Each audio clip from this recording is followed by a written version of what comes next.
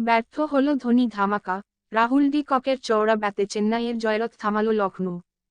Video শুরু করার আগে আমাদের চ্যানেলটি সাবস্ক্রাইব করে, ভিডিওটিতে লাইক শেয়ার কমেন্ট করে আমাদের সাথেই থাকুন। ম্যাচ হচ্ছে লখনউয়ের একানা স্টেডিয়ামে। ঘরের দলের নাম লখনউ সুপার জায়ান্টস, কিন্তু দেখে মনে হবে এ যেন চেন্নাইয়ের চিপক স্টেডিয়াম। গোটা মাঠ জুড়ে শুধুই হলুদ পতাকা আর জার্সি, কারণ একটাই, মহেন্দ্র সিং ধোনি। তাকে নিয়েই তো যত উন্মাদনা।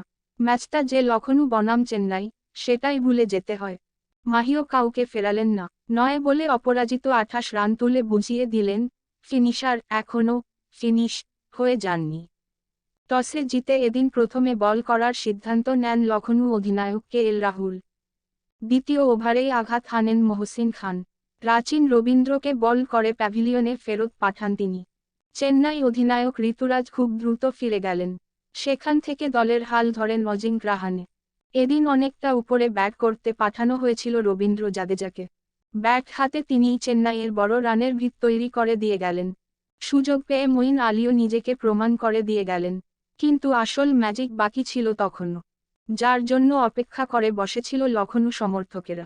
শুধুই তারাই নন, সেই পুরনো মাহিকে দেখার জন্য অপেক্ষা করেছিল সমস্ত ক্রিকেট ভক্তরা।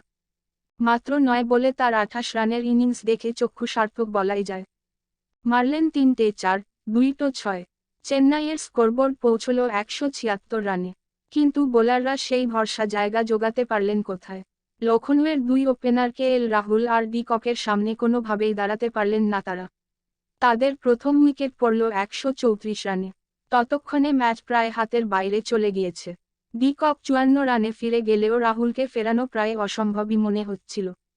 পাথিরানার বলে যখন ব্যক্তিগত 82 বলে ফিরছেন লখনউ অধিনায়ক, তখন জিততে বাকি আর মাত্র 16 রান। বাকি কাজটা শেষ করলেন পুরান আর স্টয়নিশ।